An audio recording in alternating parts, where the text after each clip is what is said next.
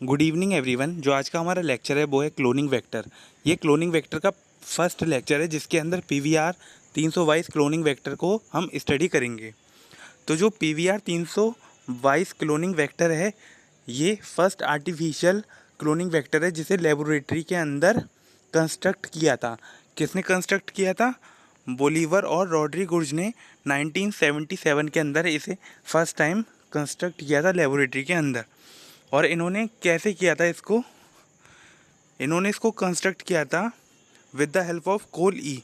कोल E एक plasmid है, उसको मॉडिफाई किया इन्होंने और पीवीआर 322 को बनाया। अभी हम आगे देखेंगे इसको कैसे कंस्ट्रक्ट किया गया है। अभी बस आप इतना समझ लीजिए कि इसको बोलीवर और रॉड्रीगुर्ज ने 1977 के अंदर डिस्कवर किया और ये फर्स्ट आर्टिफिशियल क्लोनिंग वेक्टर है। ठीक है, इसकी जो कॉपी नंबर होता है पर सेल में वो कितना हो सकता है? 15 से 20 हो सकते हैं। यानी कि ये एक बैक्टीरियल सेल के अंदर इस 15 से 20 प्रेजेंट हो सकते हैं। अब आता है पीवीआर 322 का कंस्ट्रक्शन। देखो, एक बैक्टीरिया होता है, उसके अंदर भी प्लाज्मिड प्रेजेंट होता है, लेकिन उस प्लाज्मिड के अंदर सारे एक क्लोनिंग वेक्टर वाले करेक्टरिस्टिक फीचर प्रेजेंट नहीं होते हैं।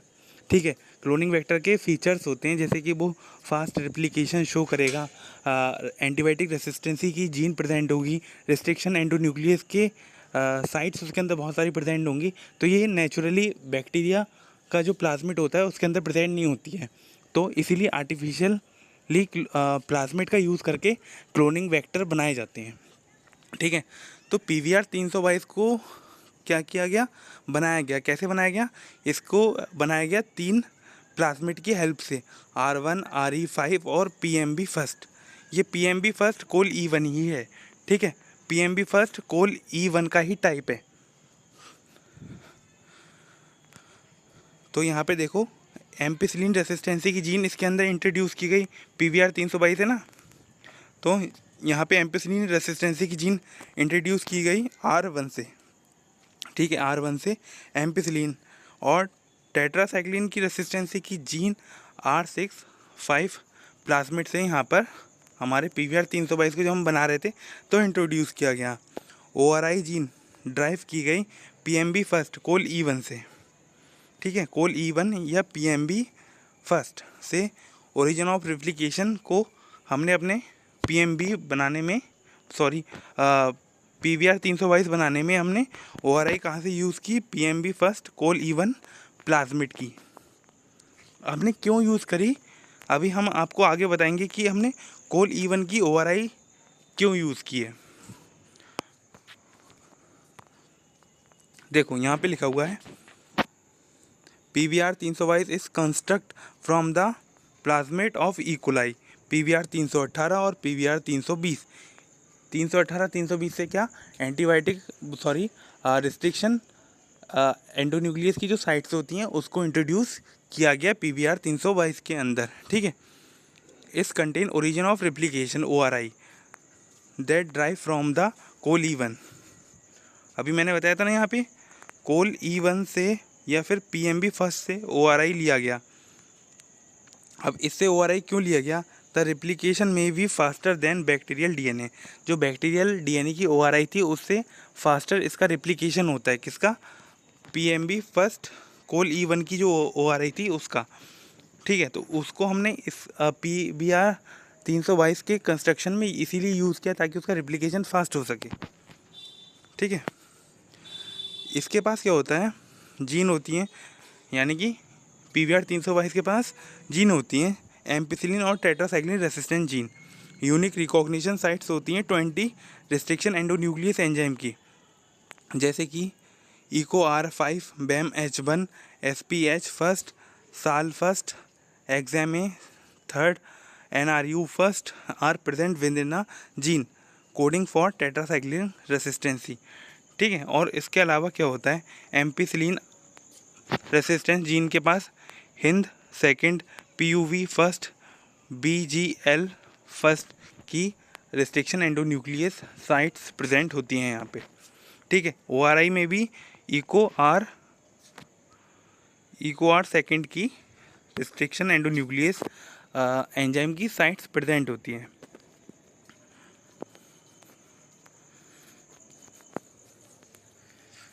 अब यहाँ पे एक कॉन्सेप्ट आता है इंसर्शन इनएक्टिवेशन का। जैसे कि देखो यहाँ पे टेट्रासाइक्लिन रेसिस्टेंसी जीन है, यहाँ पे एक ये टेट्रासाइक्लिन की कंप्लीट जीन है, ठीक है। अब ये क्या करेगी, जब इसका एक्सप्रेशन होगा तो क्या होगा, ये टेट्रासाइक्लिन अगर हम अपने कल्चर मीडिया के अंदर टेट्रासाइक्लिन डाल दें तो ये बैक्टीरिया सर्वाइव कर जाएगा जिसके अंदर PVR 322 प्रेजेंट होगा, क्योंकि इस पर टेट्रासाइक्लिन का रेसिस्टेंसी की जीन इस पर प्रेजेंट है, ठीक है। ऐसे क्या होगा, अगर हम अपने कल्चर मीडिया में एम्पिसिलिन यूज़ कर लें तो जिस बैक्टीरियल सेल के अंदर PVR 322 प्रेजेंट होगा वो एम्पिसिलिन वाले कल्चर मीडिया के अंदर सर्वाइव कर जाएगा।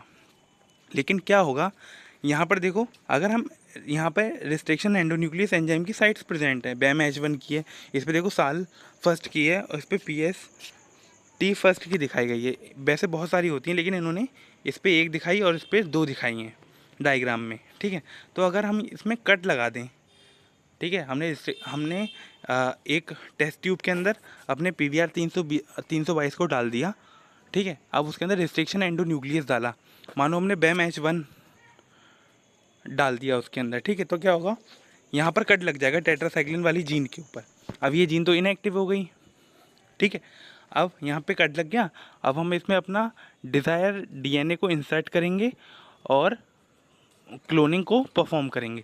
लेकिन इस जीन पे यहाँ पे कट लग गया, कट लगने से क्या होगा, अब अगर हम अपने कल्चर मीडिया के अंदर टेट्रासाइक्लिन एंटीबायोटिक डाल देंगे तो ये प्लाज्मिड PVR 322 प्लाज्मिड जिस बैक्टीरियल सेल के अंदर होगा वो टेट्रासाइक्लिन वाले कल्चर मीडिया के अंदर सर्वाइव नहीं कर पाएगी, ठीक है।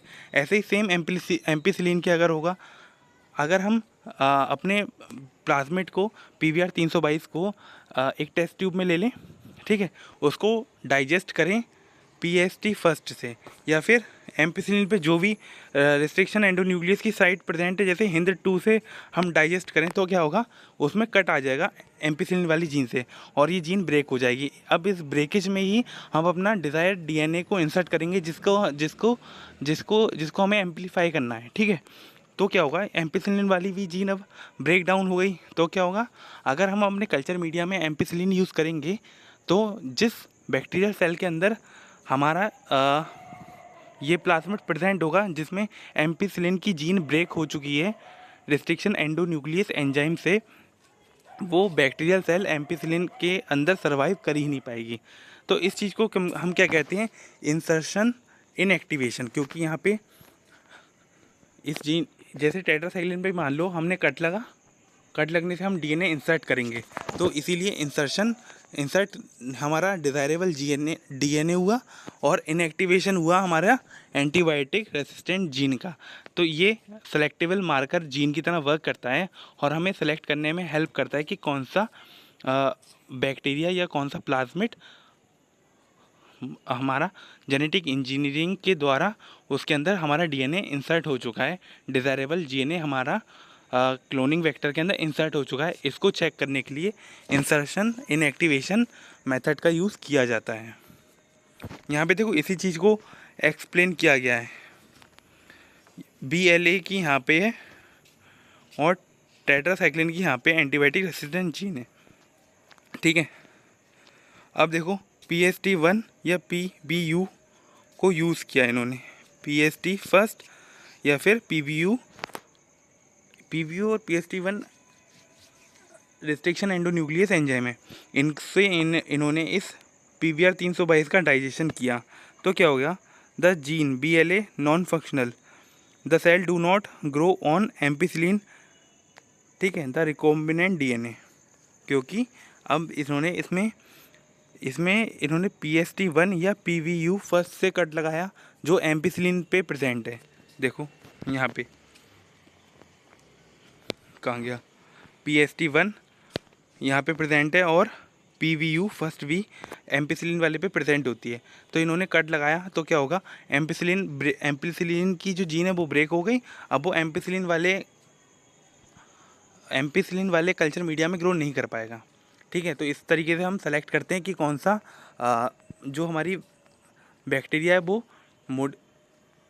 जेनेटिकली मॉडिफाई हो चुका है या नहीं हो चुका है हमारे डिज़ायरेबल जीन डीएनए से। तो इससे हम चेक कर लेते हैं। ऐसे टेट्रासाइक्लिन का है, टेट्रासाइक्लिन वाले में हम BAM-H1 या साल फर्स्ट की रिस्ट्रिक्शन साइट होती हैं, तो इस पे अगर हमने इन दोनों इन दोनों रिस्ट्रिक्शन एंडोन्यूक्लियस से अगर हमने कट लगा दिया तो क्या होगा, टेट्रासाइक्लिन की जो जीन है वो ब्रेक डाउन हो जाएगा। जैसे ही ब्रेक डाउन होगा तो टेट्रासाइक्लिन की रेसिस्टेंसी PVR 322 के अंदर ख़त्म हो जाएगी। अब हमारा जो बैक्टीरियल सेल है जिसके अंदर PVR 322 प्रेजेंट है, जिसके अंदर टेट्रासाइक्लिन की जीन ब्रेक हो चुकी है, वो टेट्रासाइक्लिन वाले कल्चर मीडिया के अंदर ग्रो नहीं कर पाएगा। तो इस तरीके से हम सेलेक्ट करते हैं कि कौन सा बैक्टीरियल सेल मॉडिफाई हो चुका है, हमारे डिज़ायरेबल डीएनए उसके अंदर प्रेजेंट है या नहीं है। इसको हम सेलेक्टेबल मार्कर की तरह यूज़ करते हैं।